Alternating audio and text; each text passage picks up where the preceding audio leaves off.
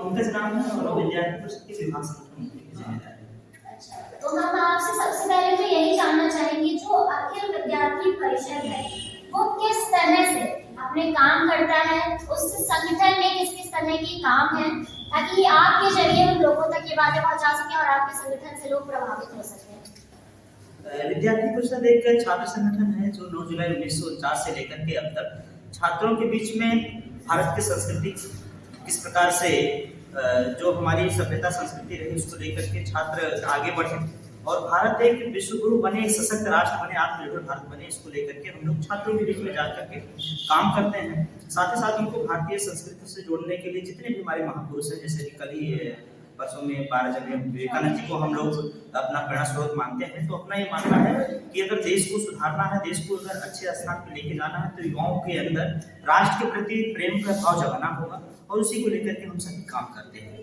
अभी छात्रों में विभिन्न प्रकार के रचनात्मक माध्यम से, जैसे छात्रों के ऊपर एक आरोप सा होता है कि वो करियर को लेकर के काम करते हैं, लेकिन विद्यार्थी परिषद का ये मानना है कि उनका करियर राष्ट्र के प्रति समर्पित हो, ये भावना अगर उनके मन में आ जाएगी तो निस्संदेह वो छात्र देश के लिए और राष्ट्र के लिए काम करेंगे और किस प्रकार से छात्र शक्ति राष्ट्र शक्ति के रूप में काम कर सके, इसको लेकर के हम लोग छात्रों के बीच में काम करते हैं। अच्छा, जो अभी हम आपसे ये सवाल जरूर जानना चाहेंगे, जो यंग जनरेशन है वो कहीं ना कहीं जो है अपनी कंट्री के लिए कहीं ना एक तरीके से लैग होती जा रही है। मुझे लगता है कि हमें अपनी लाइफ एंजॉय करनी है, हमें अपनी लाइफ को सेटल करना है, तो आप उन लोगों से क्या बोलना चाहेंगे कि वो जो है आपके संगठन के प्रति आकर्षित हो, उनके अंदर राष्ट्र प्रेम, देश में जो है समर्पित होने की कुछ भावनाएं जगे, क्योंकि आज का जो यूथ है वो कहीं ना कहीं अपने बस एक उसने सेट कर लिया कि हमें अपनी लाइफ एंजॉय करनी है, उसको और चीजों से शायद कहीं ना कहीं मतलब नहीं रहता है। तो आप क्या बोलना चाहेंगे और क्या ऐसा आपका संगठन ऐसे लोगों को अपनी तरफ आकर्षित करने के लिए करता है या करेगा?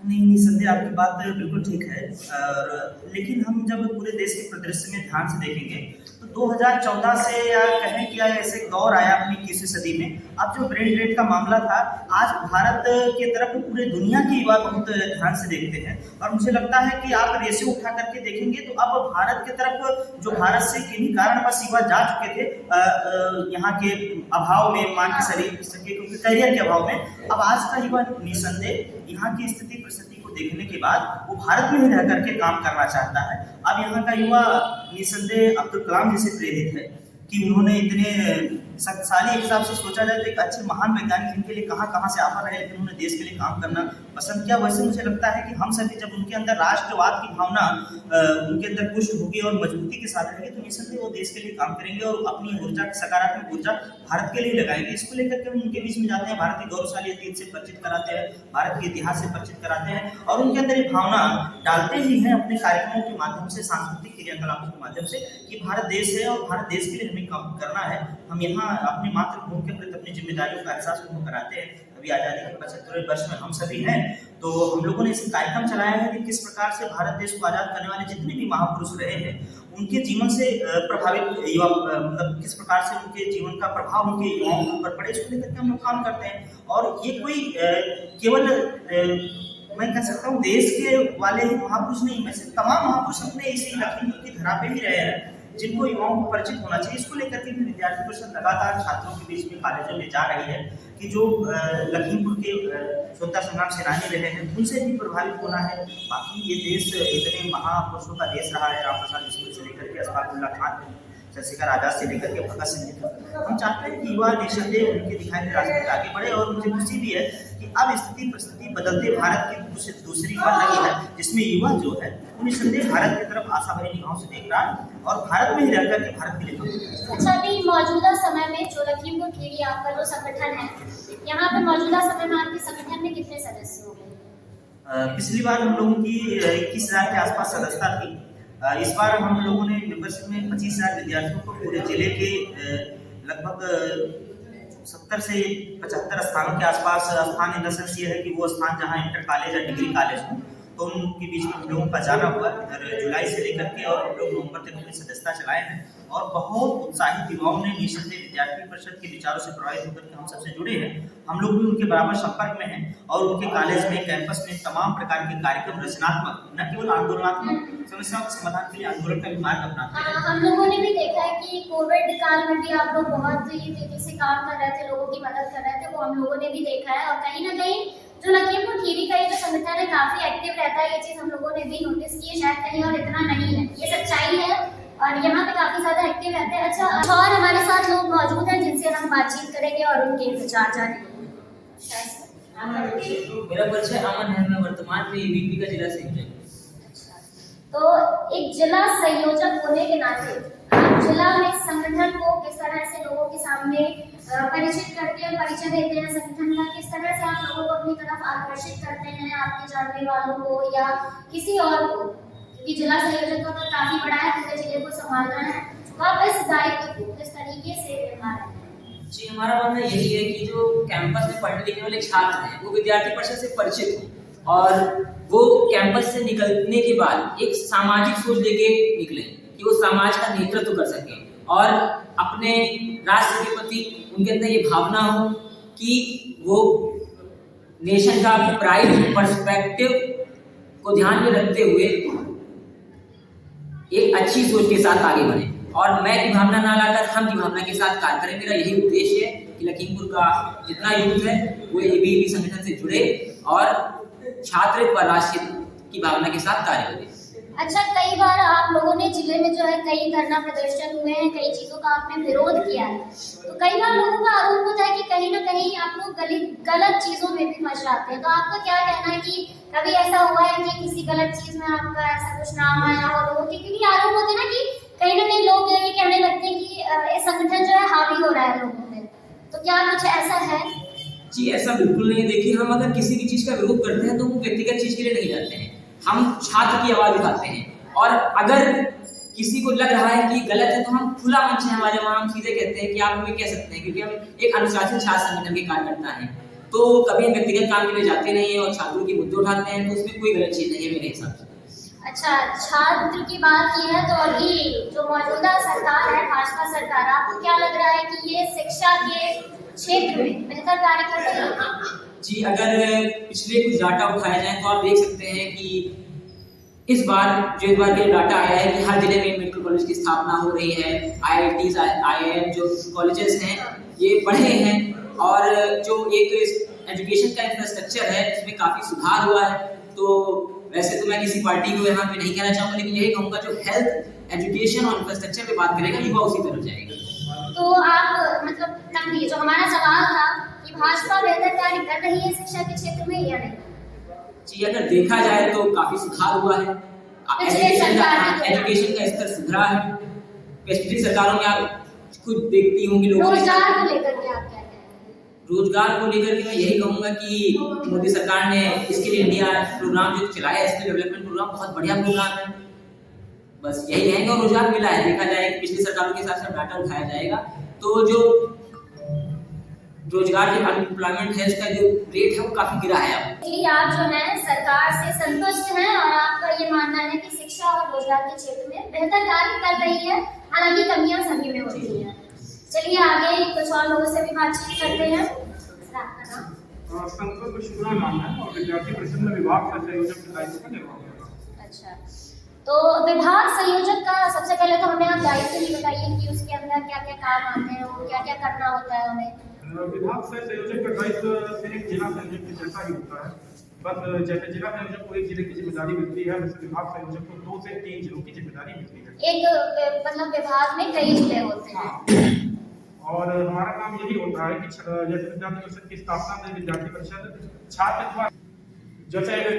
हित व राष्ट्र के लिए विद्यार्थी परिषद कार्य करती है, तो समय समय पर छात्रों को उनकी रुचि के अनुसार उनका मंच मिलना, अगर यदि किसी छात्र के हितों का हनन हो रहा है तो वहाँ पर विद्यार्थी परिषद लोकतांत्रिक तरीके से आंदोलन करती है और उनके लिए उन शिक्षा के लिए लड़के उनका जो अधिकार होती है। अच्छा, आप विभाग संयोजक, आपके विभाग में कौन कौन से जिले हैं? लखीमपुर और हरदोई। अच्छा, जो ये कोरोना काल जब से आया है तो कहीं ना कहीं शिक्षा में बहुत ही ज्यादा नुकसान हुआ है, क्योंकि ऑनलाइन ये सब समझते हैं कि ऑनलाइन उतनी बेहतर शिक्षा नहीं मिल सकती, क्योंकि इंडिया में जो है टेक्नोलॉजी में इतना डेवलप नहीं है कि कई ऐसे बच्चे हैं जिनके पास अभी भी स्मार्टफोन नहीं है, या अगर स्मार्टफोन है तो वो इंटरनेट कनेक्शन जो अफोर्ड नहीं कर सकते हैं। तो आपको क्या लगता है कि जो कोरोना काल जो आया उसमें जो है छात्रों को इस तरह का नुकसान उठाना पड़ा है, या इसमें जो है सरकार ने किस तरह से शिक्षकों को जो मतलब जो छात्र हैं उनको जो है शिक्षा प्राप्त कराने के लिए क्या बेहतर काम किया है? देखिए, सबसे पहले तो ये कि कोविड-19 के दौर में जो पढ़ाई को लेके जो दिक्कतें आई हैं, तो उसमें छात्रों का जो माहौल था कॉलेज कैंपस का, वो उनसे छिन गया। सबसे पहली चीज़। दूसरी चीज़, अब इस चीज़ में विद्यार्थी परिषद या आपको क्या करता है, इस चीज़ में हम लोग तो कुछ नहीं कर सकते हैं कि जिन बच्चों के पास फ़ोन नहीं है, जिनके पास लैपटॉप नहीं है, उनके पास चीज़ों को उपलब्ध कराया जाए।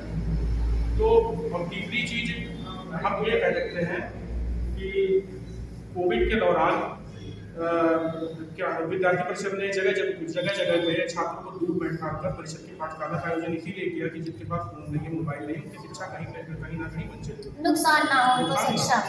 लखीमपुर खीरी में अगर हम देखें तो कहीं ना कहीं शिक्षा व्यवस्था बहुत ही अच्छी बेहतर नहीं है। जो युवा है उसको कहीं ना कहीं बाहर जाना पड़ता है। हमको तो इस जिले के हैं और हमें खुद बाहर जाना पड़ा। मुझे नहीं लगा कोई शिक्षा व्यवस्था अच्छी दिखी कि हम यहाँ रुकते हैं, यहाँ से हम कुछ करते हैं। तो कहीं ना कहीं ये लैक ऑफ पॉइंट है जिले का, क्योंकि इतना बड़ा जिला है लेकिन यहाँ पे शिक्षा और क्या रोजगार दोनों की आई थिंक जो व्यवस्था है वो बेहतर नहीं है। तो इस पर आपको टिप्पणी करना चाहिए कि इसको बेहतर करने के लिए क्या किया जा सकता है? मुझे लगता है कि निस्संदेह जनसंख्या के हिसाब से रोजगार के साधन उतना उपलब्ध नहीं है, लेकिन कहीं न कहीं ये ज़्यादा बहुत हम सभी जानते हैं ये तराई का क्षेत्र कहा जाता है और यहाँ लगभग 7 चीनी मिलें हैं, खरसारी मिलें हैं। तो देश मतलब इस शहर के अंदर मुझे लग रहा है अन्य जिलों की अपेक्षा रोजगार मिलों के माध्यम से अन्य माध्यम से तो बहुत भारी संख्या में उपलब्ध है, लेकिन और भी तमाम ऐसे सेक्टर हो सकते हैं जहाँ रोजगार उपलब्ध कराया जा सकता है। मुझे लगता है कि आने वाले समय में सरकारें इसकी तरफ ध्यान भी देंगे। हम लोग तो हमेशा प्रयासरत रहते हैं, लेकिन हम सभी जानते हैं लोकतंत्र उपलब्ध विकल्पों में से चुनने का अवसर होता है। तो जो उपलब्ध विकल्प उसमें से चुनने का जो अवसर है, मुझे लग रहा है युवा राष्ट्रवाद की तरफ भी जाएगा। अच्छा, जो विधानसभा चुनाव है इसमें क्या लगता है युवा किस तरफ जाएगा? युवा निसंदेह युवा ने पिछले 5 वर्ष ये जो वर्तमान सरकार है इसको भी देखी है और 2012 से लेकर के 2017 तक की सरकारें भी देखी है।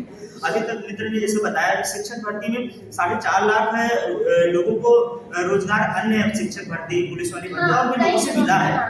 निसंदेह नौकरियों में उत्तर प्रदेश ने पारदर्शिता भूल गए थे। जो 2017 के बाद पारदर्शी नौकरियां उत्तर प्रदेश के युवाओं ने देखी है।